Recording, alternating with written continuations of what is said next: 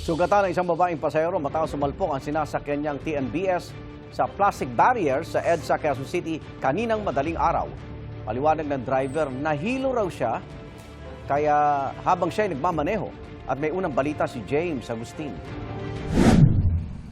Wasak ang kaliwang harapang bahagi ng isang multipurpose vehicle o MPV matapos bumangga sa plastic barrier sa northbound lane ng EDSA pagbaba ng Quezon Avenue flyover bago magalauna na madaling araw kanina.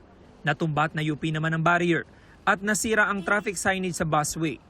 Humamba lang sa dalawang lane ng EDSA ang sasakyan.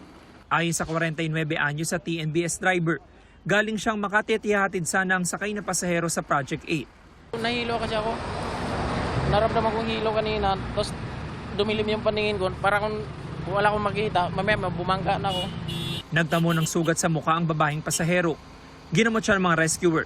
Nagdulot ng traffic ang aksidente. Tumagal na mahigit 40 minuto bago naialis ang sasakyan. Patuloy ang imbestigasyon ng MMDA at UCPD Traffic Sector 6. Ito ang unang balita. James Agustin, GMA News.